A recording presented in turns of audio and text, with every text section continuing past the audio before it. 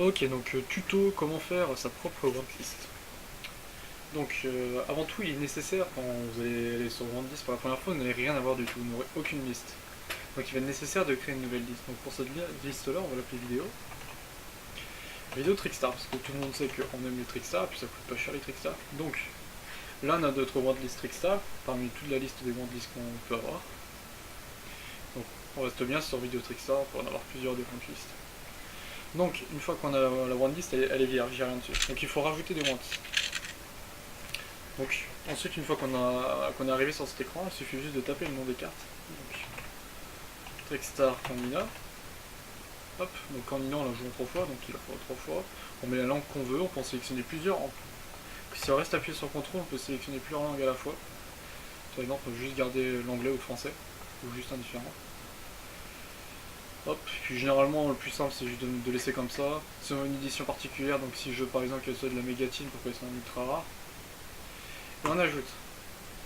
À côté de ça, je voudrais aussi des Rienka.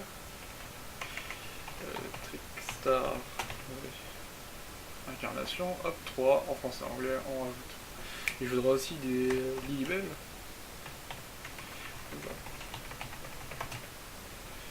Trickstar Lilibel, ok. Hop, par contre Lilibel on la joue qu'une fois, du coup j'en voudrais qu'en fois un. Par exemple de l'OTS en anglais. Parce qu'on n'est pas encore, hop.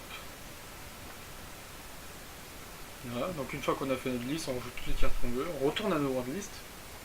Et là on va nous proposer l'acheteur qui nous en propose le plus, avec le plus de correspondance et le moins cher, dans l'ordre des moins chers.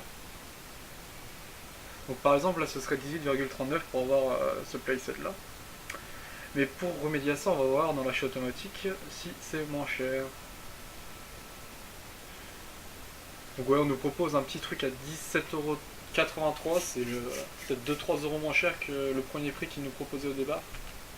Parce que là, les frais de port sont pas comptés là-dessus. Mais bon, voilà comment ça se passe. Donc après, on peut effacer les...